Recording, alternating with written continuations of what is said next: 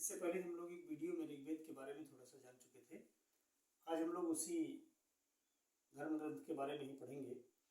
जैसा कि उस दिन हम लोगों ने देखा था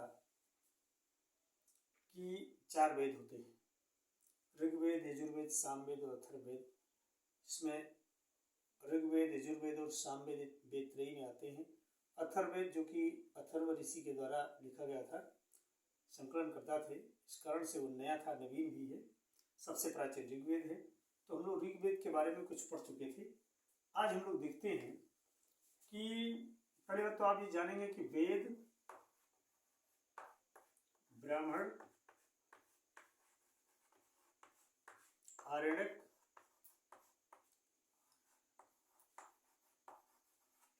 और उपनिषद, ये कभी कभी क्रम भी पूछ लेता है बड़ी बड़ी परीक्षाओं में कि इनका क्रम बता दीजिए। तो वेद, ब्राह्मण, आरण्यक और उपनिषद। आज हम लोग भी पहले वेद पढ़ रहे हैं। वेद दरअसल वैदिक संस्कृत में लिखा था, तो इसको पढ़ना इतना आसान नहीं था। वेद को, इसको समझना इतना आसान नहीं था। अब आगे धीरे धीरे हम लोग चर्चा करेंगे कि ये ब्राह्मण क्यों है, आरण्यक क्यों है और उपनिषद क्या है। तो वेद के बारे में हम लोग पढ़े थे, ऋग्वेद के बारे में। आज हम लोग पढ़ लेते हैं यजुर्वेद के बारे में। यजुर्वेद क्या है? यजुर्वेद एक ऐसा वेद है जो गद्य एवं पद्य दोनों में है। गद्य एवं पद्य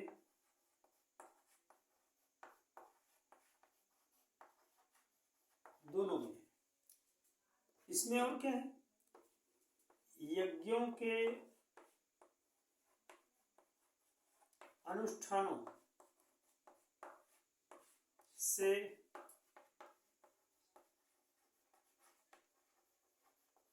संबंधित ऋचाएं हैं इसमें।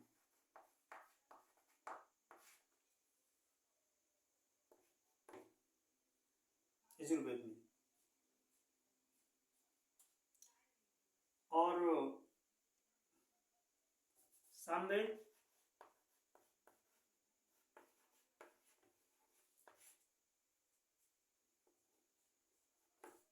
ये इसे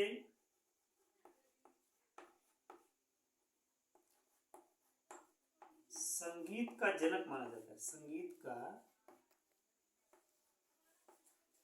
जनक माना जाता है। इसे संगीत का जनक माना जाता है। क्यों?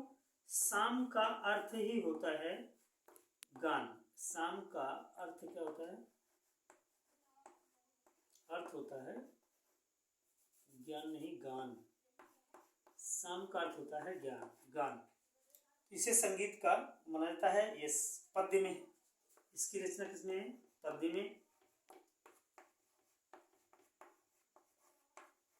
परीक्षाओं में पूछ लिया जाता है गद्य पद्य में कौन सा वेद है, पद्य में कौन सा वेद है, संगीत का जनक किसे माना जाता है।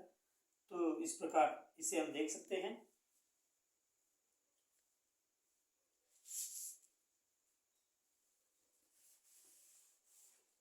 और अथर्ववेद,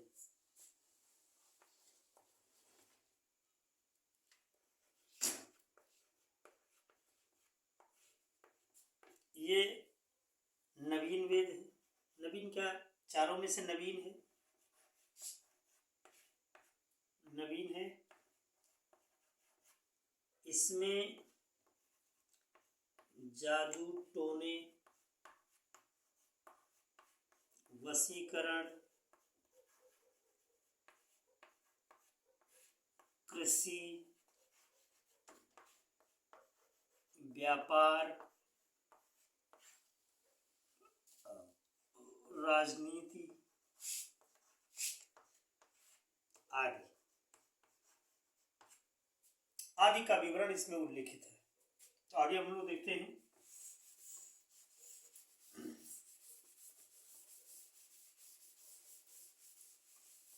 दरअसल जितने वेद हैं, चारों वेदों का अपना अपना ब्राह्मण ग्रंथ होता है। ब्राह्मण ग्रंथ क्यों होते हैं? क्योंकि वेद वैदिक संस्कृत में श्लोक में लिखा होता था, पद्य में लिखा होता था, तो उसे समझने के लिए जो मनीषी थे, विद्वान थे, उसे गद्य में कर लेते थे। अन्वय कर लेते थे, सरल बना लेते थे।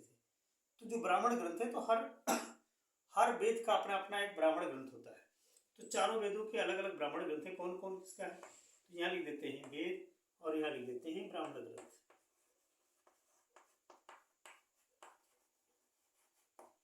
तो चारों वेदों का अपना एक ब्राह्मण ग्रंथ है। कौन कौन देखते हैं? ऋग्वेद, ऋग्वेद का है ऐतरेय,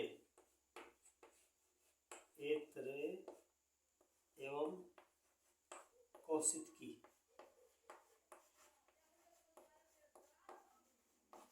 ऐतरेय और कौशिकी। यजुर्वेद, यजुर्वेद का है तैत्तिरीय, तैत्तिरीय एवं शतपथ। सामवेद पंचविश।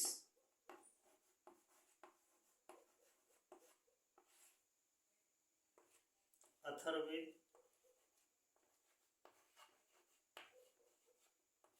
अथर्ववेद का गोपथ, गोपथ। ये रहे ब्राह्मण ग्रंथ। चारों वेदों के अलग अलग अपने ब्राह्मण ग्रंथ होते हैं। ऋग्वेद के ऐतरेय और कौशिकी, यजुर्वेद के तैत्तिरीय एवं शतपथ, सामवेद के पंचविश, अथर्ववेद के गोपथ। आप जानते हैं कि जैसे जिस प्रकार से वेद में, प्राचीन वेद और इतिहास को जानने में सर्वाधिक उपयोग या सर्वाधिक योगदान किसका है? ऋग्वेद का है। ठीक उसी प्रकार से ब्राह्मण ग्रंथों में सर्वाधिक शतपथ ग्रंथ जो है, ये इतिहास को जानने में काफी मदद करता है। आगे हम लोग बढ़ते हैं, देखते हैं, समझ लेते हैं आरण्यक क्या होता है। जब वेद को गद्य में कन्वर्ट करके और ब्राह्मण ग्रंथ से सरल बना दिया जाता है, तो इस ब्राह्मण ग्रंथ का चिंतन करने के लिए, क्या करने के लिए? चिंतन करने के लिए, समाज पर उसका असर कैसे होगा, अपने जीवन में हम उसका प्रयोग कैसे करेंगे। ऋषि मुनि जंगलों में जाकर इस पर काफी गहन चिंतन करते थे। इसके बाद में अरण्य, अरण्य माने जंगल होता है, आप लोग पता हुआ। तो अरण्य माने, अरण्यक माने जो जंगल में लिखे जाते थे, एकांतवास में बैठ करके और ब्राह्मण वेदों के बारे में चिंतन करके, क्योंकि पहले से ही सरल हो गया, ब्राह्मण ग्रंथ बना दिए थे, तो इसका चिंतन करके जंगल में तब वो अपना एक उपनिषद बनाते थे। इस प्रकार हमारे पास 108 उपनिषद होते हैं। कितने उपनिषद हैं? 108 उपनिषद है। अब हम लोग देख लेते हैं कि किसमें क्या है। तो नंबर 1 है बात की जाबाल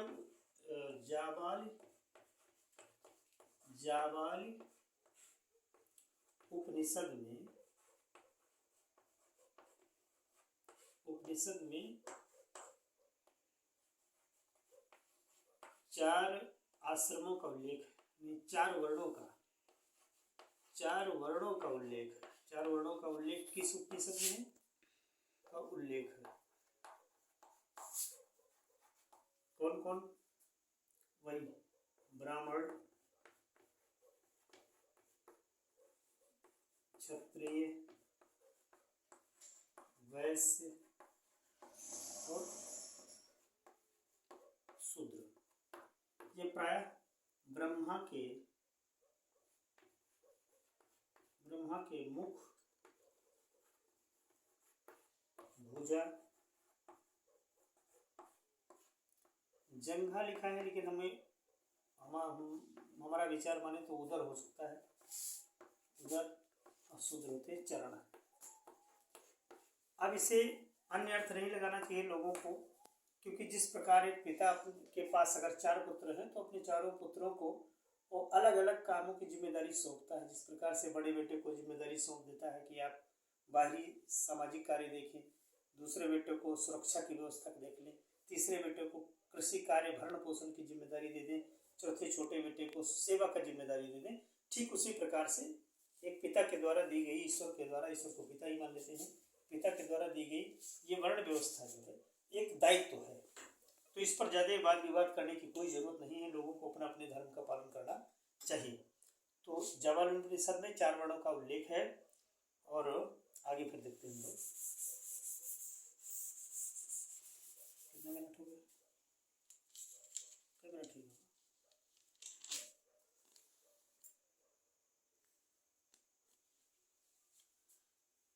वेदांग,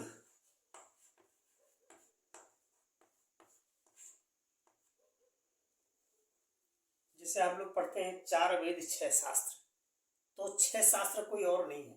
वेदों को समझने के लिए वेदांगों की रचना हुई। वेदों को समझने के लिए किसकी रचना हुई? वेदांग की रचना हुई। वेदांग की रचना हुई। अब ये वेदांग क्या थे? क्योंकि वेद जो थे वो वैदिक संस्कृत में इतने कठिन कठिन लिखे हुए थे कि उनको समझना नहीं, उसको जानना भी मुश्किल हो रहा था। तो हमारे विद्वानों ने, हमारे ऋषि मनीषियों ने वेदांग की रचना की थी। तो वेदांग कितने हैं? 6। इन्हीं को हम शास्त्र बोलते हैं। क्या बोलते हैं? 6 शास्त्र। Vedang 6। Number 1, number 2, number 3, number 4, number 5 और नंबर 6 को है। तो यह शिक्षा, कल्प, निरुक्त,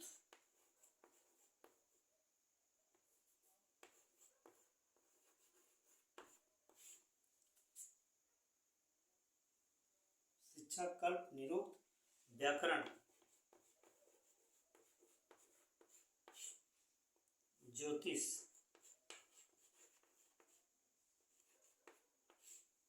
शिक्षा, कल्प, निरुक्त, व्याकरण, ज्योतिष और छंद, ये 6 शास्त्र है। शिक्षा से उच्चारण संबंधी ज्ञान। शिक्षा से क्या था? उच्चारण संबंधी ज्ञान था। कैसे पढ़ना है, अन्वय इसी में शामिल था, और शब्दों के अर्थ। कल्प में उसमें दिए हुए विचारों, सिद्धांतों का शाब्दिक अर्थ क्या था, इसके बारे में। निरुक्त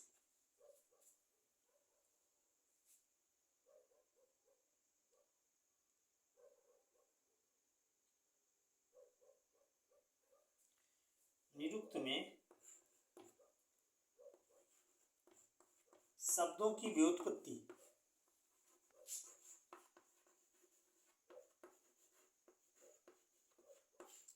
व्युत्पत्ति, व्याकरण में आप जानते हैं व्याकरण ग्रंथ है, व्याकरण शब्दकोश, ज्योतिष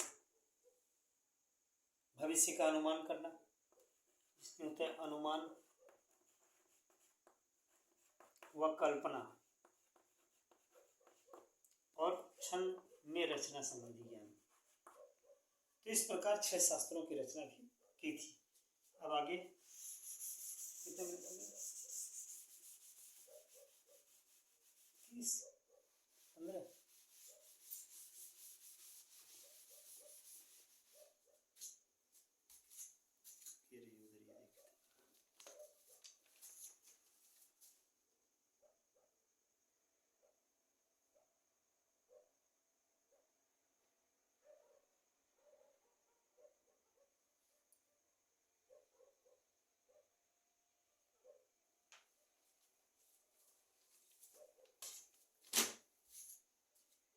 जिस प्रकार आप लोगों को बताया था कि ऋग्वेद बहुत महत्वपूर्ण है, उसी प्रकार जो शतपथ ब्राह्मण है, शतपथ ब्राह्मण यजुर्वेद का है। इसका है यजुर्वेद का, यजुर्वेद का शतपथ ब्राह्मण है। इसमें अनेक वंशों के बारे में बात हुआ है। गंधार, शल्य, कुरु,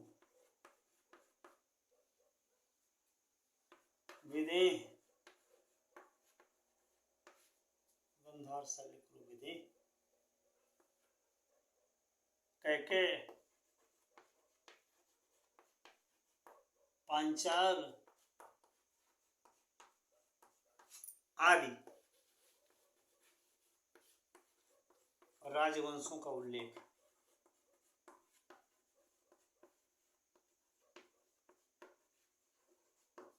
शतपथ ब्राह्मण में एक बात और कही गई है, स्त्री को अर्धांगिनी कहा गया है। स्त्री को क्या कहा गया है? अर्धांगिनी कहा गया है।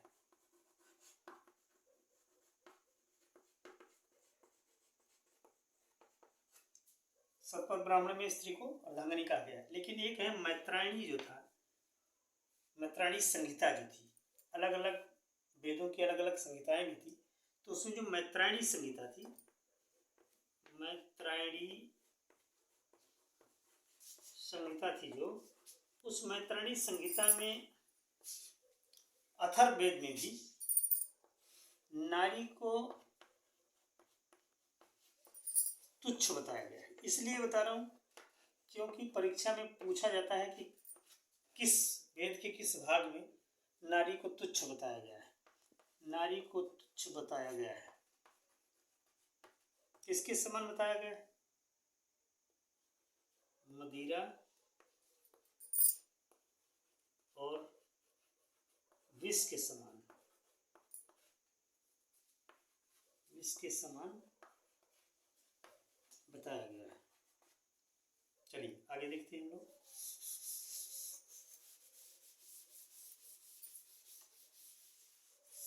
फिर बाकी जो महत्वपूर्ण चीज़ें होंगी उसे हम लोग अगले वीडियो में देखेंगे। इसमें से कुछ पुराण जो हैं, पुराण की बात कर लेते हैं। पुराण पुराण है 18। रचयिता कौन है?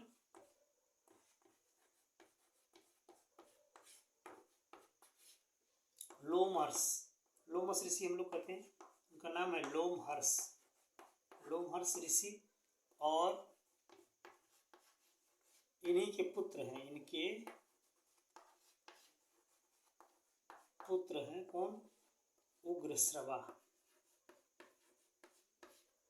ये दोनों संयुक्त रूप से पुराणों के रचयिता माने जाते हैं, जिसमें वायु पुराण, विष्णु पुराण,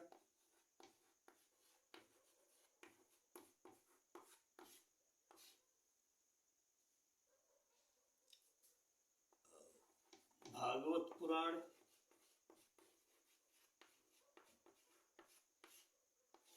अग्नि पुराण,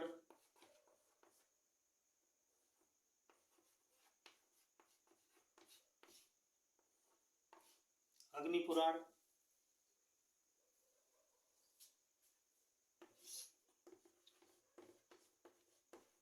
मत्स्य पुराण। इन पुराणों में महत्वपूर्ण रूप से कुछ राजवंशों का उल्लेख है। कुछ राजवंशों का उल्लेख है, जिसमें सर्वाधिक महत्वपूर्ण है मत्स्य पुराण, प्राचीन है। मत्स्य पुराण क्या है? सर्वाधिक प्राचीन। अग्नि पुराण में राजनीति संबंधी तत्वों का उल्लेख है, और कृषि संबंधी, कृषि में सामाजिक, राजनीतिक, आर्थिक आदि चीज़ों का उल्लेख है किसमें? अग्नि पुराण में। तो इस प्रकार पुराण भी हमारे लेखक कौन है? लोमहर्ष और उनके पुत्र उग्रश्रवा। वायु पुराण, विष्णु पुराण, भागवत पुराण, अग्नि पुराण और मत्स्य पुराण, ये 5 पुराण काफी महत्वपूर्ण हैं जो परीक्षाओं के दृष्टिकोण से पूछे जाते हैं। सर्वाधिक प्राचीन पुराण कौन सा है? तो मत्स्य पुराण है, प्राचीन है। अग्नि पुराण में राजनीतिक, सामाजिक, कृषि, आर्थिक चीज़ों का विवरण मिलता है। तो इस प्रकार बस आज ही बंद करते हैं, अगले वीडियो में। धन्यवाद। जय हिंद, जय भारत।